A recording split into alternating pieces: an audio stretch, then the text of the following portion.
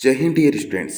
आज है 5 अप्रैल और 5 अप्रैल को जितने भी करंट अफेयर्स के क्वेश्चन बनते हैं उसको आज हम कवर करेंगे। यदि आप चैनल में पहली बार आए हैं तो चैनल को सब्सक्राइब कर लीजिएगा। सब्सक्राइब करने के बाद बेल के आइकन को जरूर दबाइएगा जिससे कि हमारी वीडियो का नोटिफिकेशन समय समय पर आपको मिलते रहे।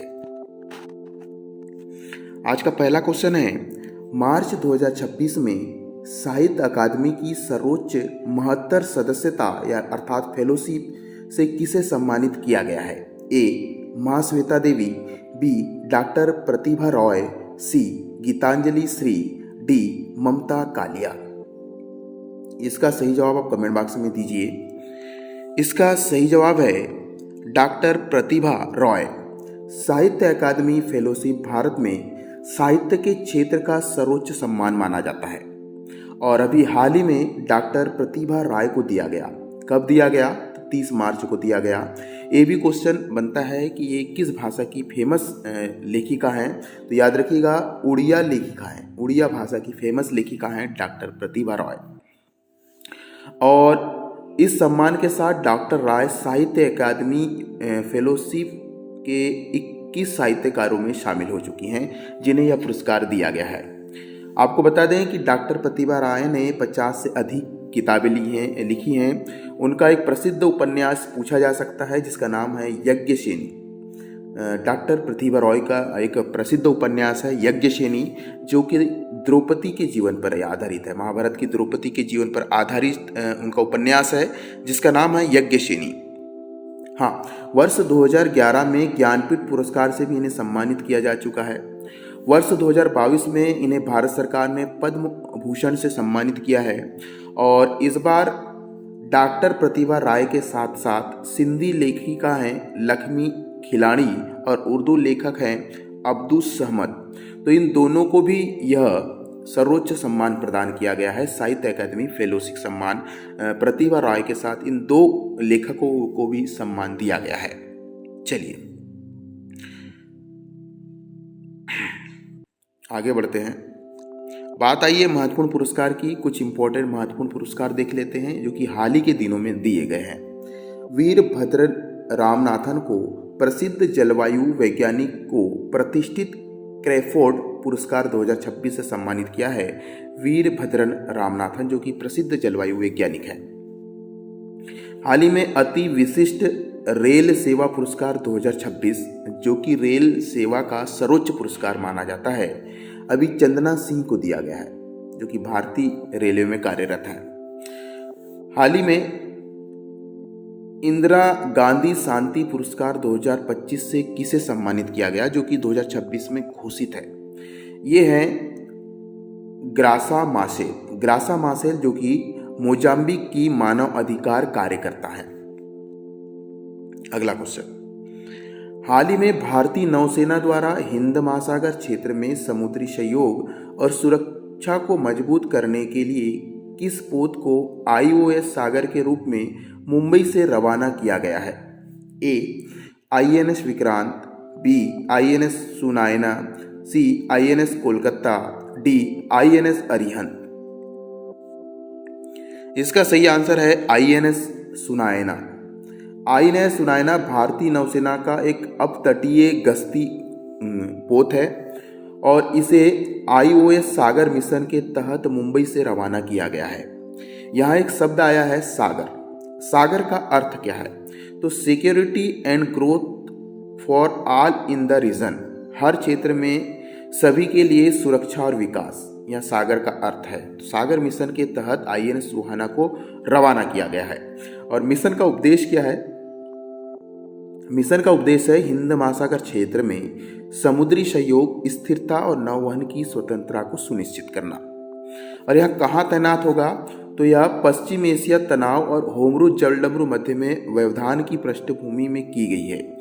यानी अभी आप देख सकते हैं कि पश्चिम एशिया में काफ़ी तनाव है, साथ ही साथ होमरूज जो जलडमरू मध्य है, यहाँ पर आवागमन में काफ़ी ट्रैफिक हो रहा है, ज़्यादा जहाज यहाँ से आवागमन कर रहे हैं।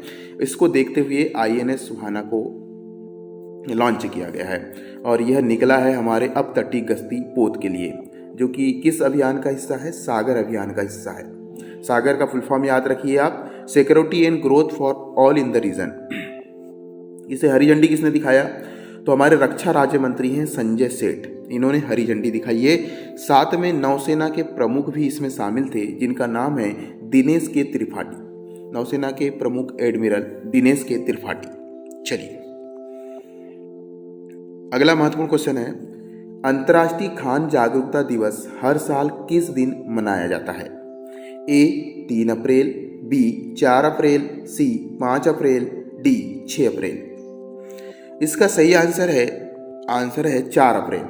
अंतर्राष्ट्रीय खान जागरूकता और खाद्यान्न कार्रवाई दिवस हर साल 4 अप्रैल को मनाया जाता है।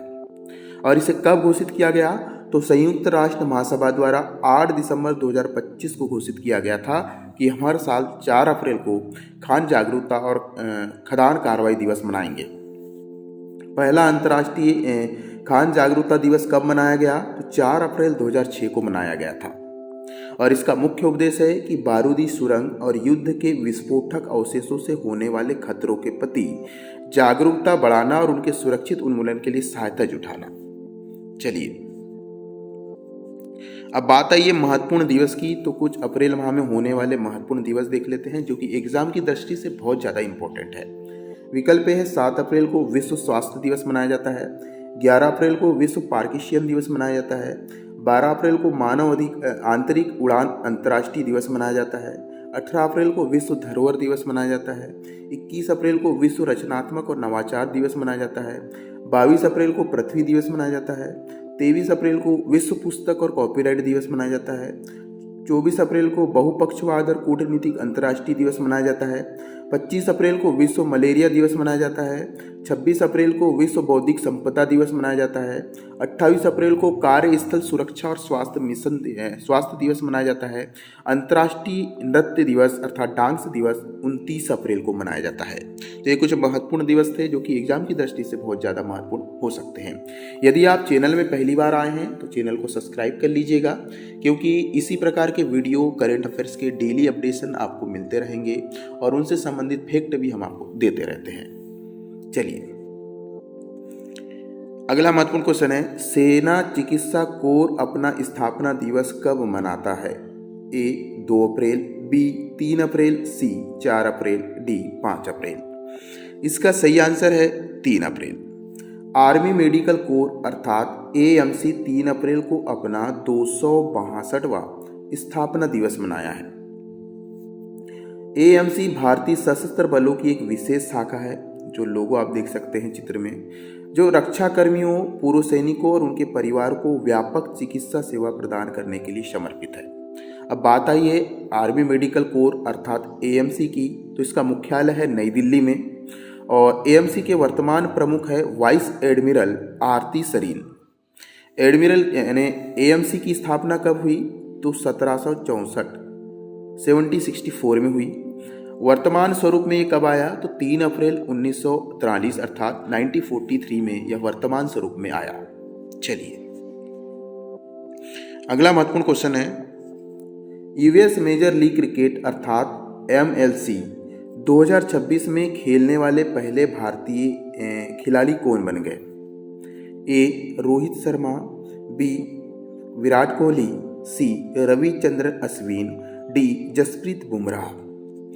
इसका सही आंसर है रविचंद्र अश्विन। हाल ही में एमएलसी अमेरिका लीग मैच खेला जा रहा है, वहाँ पर अमेरिका ने क्रिकेट को बढ़ावा देने के लिए आईपीएल जैसी लीग मैच की शुरुआत की है और पहले भारतीय बने हैं रविचंद्र अश्विन, जो इस मैच में खेलेंगे। उन्होंने वहाँ की एक टीम का नाम है सन फ्रांसिस्को यूनिकॉर्न्स टीम के साथ खेलेंगे एमएलसी 2026 में, और इसका फुल फॉर्म है Major League Cricket. Major League Cricket America की क्रिकेट लीग है और यह T20 फ्रेंचाइजी है, यानी जिस प्रकार से हमारे आईपीएल होता है उसी प्रकार से अमेरिका में अब मेजर लीग क्रिकेट प्रतियोगिता शुरू हो चुकी है। और इसका मुख्य उद्देश्य है कि अमेरिका में क्रिकेट की लोकप्रियता और वैश्विक विस्तार को बढ़ावा देना, क्रिकेट को बढ़ावा देना और इनको विश्व स्तर पर अपनी टीम को पहचान दिलाना। अब बात अश्विन इस लीग में भाग लेने वाले भारत के पहले सक्रिय अंतर्राष्ट्रीय क्रिकेटर बन गए हैं। अगला महत्वपूर्ण क्वेश्चन है, खेलो इंडिया ट्राइबल गेम्स में कौन सा राज्य पदक विजेता शीर्ष स्थान पर है? ए कर्नाटक, बी केरल, सी तमिलनाडु, डी उत्तर प्रदेश। इसका सही आंसर है कर्नाटक। खेलो इंडिया ट्राइबल गेम 2026 का आयोजन कहाँ किया गया? छत्तीसगढ़ में। और इस समारोह में कौन उपस्थित था? समापन समारोह में तो मुख्यमंत्री विष्णुदेव साई उपस्थित रहे।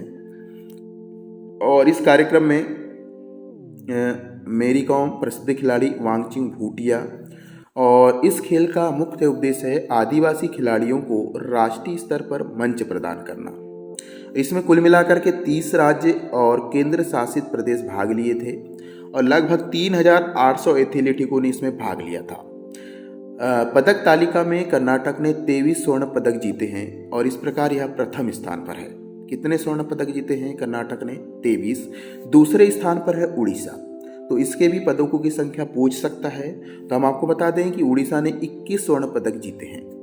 अब बात आती है झारखंड की, तो झारखंड इस प्रतियोगिता में तीसरे स्थान पर है और झारखंड ने 16 स्वर्ण पदक जीते हैं। कुछ और महत्वपूर्ण पॉइंट देख लेते हैं जो कि महत्वपूर्ण है। इसमें मेजबानी की थी छत्तीसगढ़ ने और वह पदक तालिका में 90वें स्थान पर रहा। पुरुष फुटबॉल फाइनल में पश्चिम बंगाल ने छत्तीसगढ़ को हरा करके 1-0 से स्वर्ण पदक अपने नाम किया है। किसने? फुटबॉल फाइनल में पश्चिम बंगाल ने स्वर्ण पदक जीता है और छत्तीसगढ़ ने रजत पदक जीता है।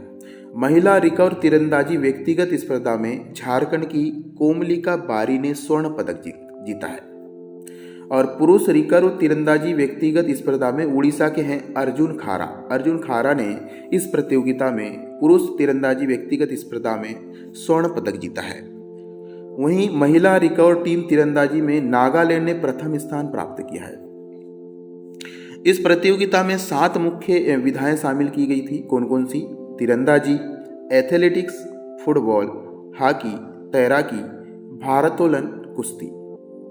और याद रखिएगा इसमें मलखम्ब और कबड्डी को प्रदर्शन खेल के रूप में शामिल किया गया था, केवल प्रदर्शन खेल के लिए। इसमें यह पार्टिसिपेंट यानी प्रतियोगिता में शामिल नहीं थे। मलखम्ब और कबड्डी केवल प्रदर्शन किया गया।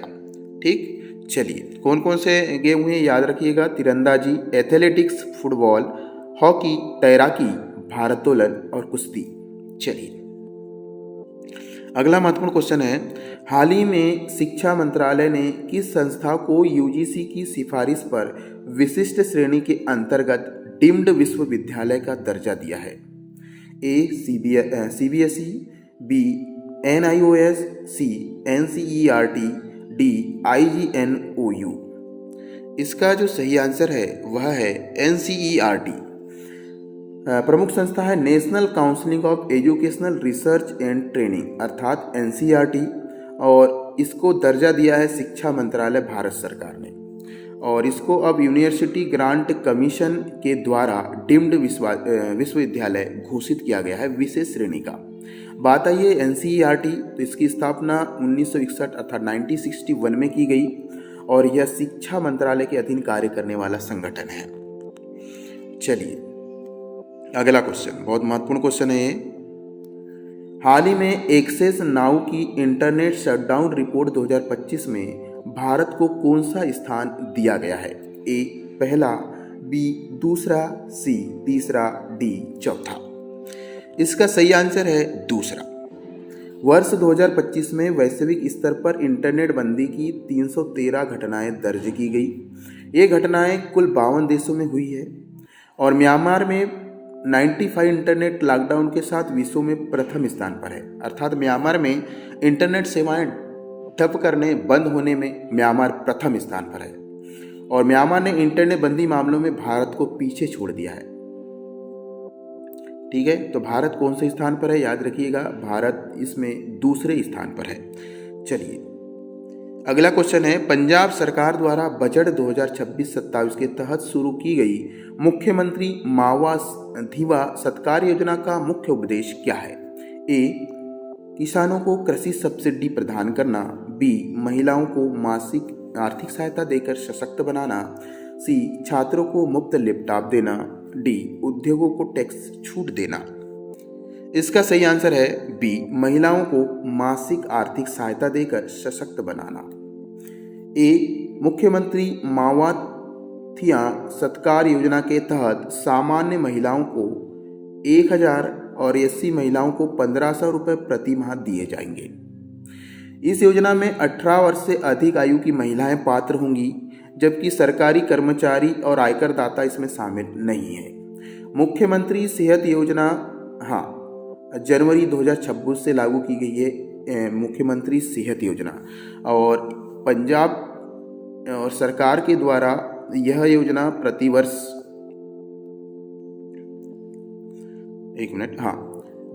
पंजाब सरकार ने मुख्यमंत्री सेहत योजना भी शुरू की है जनवरी 2026 में, और इसका मुख्य उद्देश्य है प्रति परिवार को 10 लाख तक के मुफ्त केसलेस इलाज करवाना। और सेहत योजना से लगभग 65 लाख परिवार, करीब 3 करोड़ लोग इसमें लाभान्वित होंगे। योजना का लाभ है योजना का लाभ लेने के लिए पंजाब का आधार कार्ड, वोटर कार्ड होना आवश्यक है। और हाल ही में पंजाब सरकार ने 11 जिलों में कैदियों के वैश्विक प्रशिक्षण कार्यक्रम भी शुरू किए हैं। तो पंजाब सरकार की इतनी योजना है, आप जरूर याद रखिएगा। अब बात आइए पंजाब की, तो पंजाब को आप मैप में देख सकते हैं। पंजाब की स्थापना नवंबर 1966 में की गई। पंजाब के वर्तमान मुख्यमंत्री है भगवंत मान, पर पंजाब के वर्तमान राज्यपाल है गुलाब चंद कटारिया। पंजाब के पड़ोसी राज्य हैं जम्मू कश्मीर, हिमाचल प्रदेश, हरियाणा, राजस्थान, और पास में एक अपने देश पाकिस्तान के भी साथ सीमा बनाता है। तो याद रखिएगा, पंजाब के दक्षिण में हरियाणा, और ये राजस्थान भी है दक्षिण में, और हिमाचल प्रदेश है उत्तर पूर्व में, और उत्तर पश्चिम में हिमाचल प्रदेश है, उत्तर पूर्व में हिमाचल प्रदेश है, और उत्तर पश्चिम में पाकिस्तान है। तो इस प्रकार से पंजाब की सीमाएं बनती है एक देश के साथ, और जम्मू कश्मीर भी है। उत्तर में देख लीजिए, जम्मू कश्मीर भी यहाँ पर है। ठीक है डियर स्टूडेंट, तो ये महत्वपूर्ण क्वेश्चन थे पंजाब के जो योजनाएं चालू की गई, और उनके इम्पोर्टेंट फैक्ट भी हमने आपको बता दिया। चलिए अगला महत्वपूर्ण क्वेश्चन है, हाल ही में किस देश ने सांप पहचानने वाला ऐप लॉन्च किया है? ए, मंगोलिया, बी, चीन, सी, कोस्टा रिका, डी, जापान। इसका सही आंसर है कोस्टा रिका।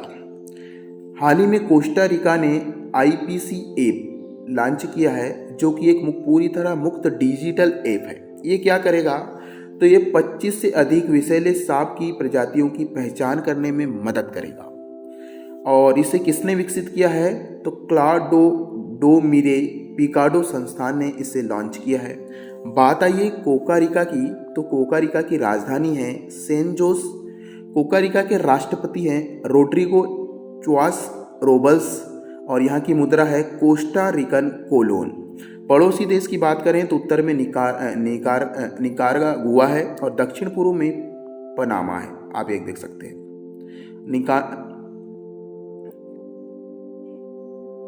निकारागुआ यहाँ पर देख सकते हैं आप उत्तर में, और दक्षिण पूर्व में आप देख सकते हैं यहाँ पर है पनामा, दक्षिण पूर्व में है पनामा। चलिए, तो आज के करंट अफेयर्स यहीं पर समाप्त करते हैं। इसकी PDF चाहिए तो कमेंट बॉक्स में कमेंट कीजिएगा, और यह वीडियो आपको कैसा लगा है ज़रूर बताइएगा। जय हिंद।